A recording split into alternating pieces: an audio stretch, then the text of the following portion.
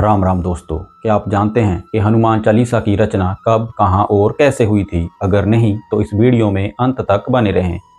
एक कथा के अनुसार मुगल बादशाह अकबर ने तुलसीदास जी को दरबार में बुलाया और श्री राम के दर्शन कराने को कहा, लेकिन तुलसीदास जी ने इनकार कर दिया, जिससे क्रोधित होकर अकबर ने उन्हें जेल में डाल दिया। कारावास के दौरान तुलसीदास जी ने हनुमान जी की भक्ति करते हुए 40 चौपाइयों में हनुमान चालीसा की रचना की, जिसमें हनुमान जी के गुण, शक्ति और पराक्रम का वर्णन है। दरअसल जब तुलसीदास हनुमान चालीसा लिखते थे तो वे लिखे हुए पत्रों को रात के समय संभाल कर रख देते थे, लेकिन जब सुबह उठकर देखते तो रात में उन्होंने जो कुछ भी लिखा होता था वो सब मिटा हुआ होता था। कई दिनों के प्रयास के बाद भी रोज का परिणाम वही था। इसलिए तुलसीदास जी ने हनुमान जी की आराधना की। हनुमान जी प्रकट हुए तो तुलसीदास ने उनसे पूछा कि मैं हनुमान चालीसा लिखता हूँ, तो वह रातों रात क्यों मिट जाता है? इस पर हनुमान जी ने तुलसीदास जी को जवाब दिया कि यदि प्रशंसा लिखनी ही है तो मेरे प्रभु श्री राम की लिखो, मेरी नहीं। फिर तुलसीदास जी ने हनुमान जी को पहली चौपाई सुनाई, जो उन्होंने अयोध्या कांड की शुरुआत में हनुमान चालीसा को शुरू करते हुए लिखा था। चौपाई इस प्रकार है।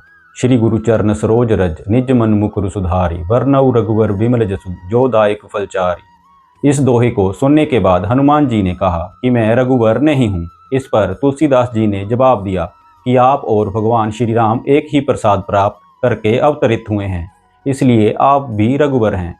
उन्होंने हनुमान जी को याद दिलाते हुए वो किस्सा सुनाया, जिसमें ब्रह्मलोक में सुरभचला नाम की एक अप्सरा रहती थी, जो कभी ब्रह्मा पर मोहित हो गई थी और क्रोधित होकर ब्रह्मा ने उसे गिद्ध होने का श्राप दे दिया था। जब राजा दशरथ के पुत्र के यज्ञ में जो प्रसाद तीनों रानियों में बांटा गया था, उसका एक हिस्सा लेकर वो गिद्ध उड़ गई थी। उसी समय कहीं दूर माता अंजना भगवान शिव के सामने हाथ फैलाकर पुत्र की कामना कर रही थी, और उन्हीं हाथों में उस गिद्ध ने वह प्रसाद गिरा दिया था। उस प्रसाद से प्रभु राम ने भी जन्म लिया है और माता अंजना के कोख से आपने। भगवान राम ने भी तो स्वयं आपको अपना भाई कहा है, उसी कारण तो मैंने यह चौपाई लिखी है, तुम मम प्रिय भरति संभाई। तुलसीदास ने एक और तर्क दिया कि जब आप माँ जानकी की खोज में अशोक वाटिका गए थे तो माँ जानकी ने आपको अपना पुत्र बना लिया था। तुलसीदास जी ने हनुमान जी को प्रशंसा का पात्र बनाते हुए कहा कि इस प्रकार आप भी रघुबर बन गए हैं और मेरी यह चालीसा आपके उन्हीं तथ्यों पर आधारित है जिसके आप हकदार हैं।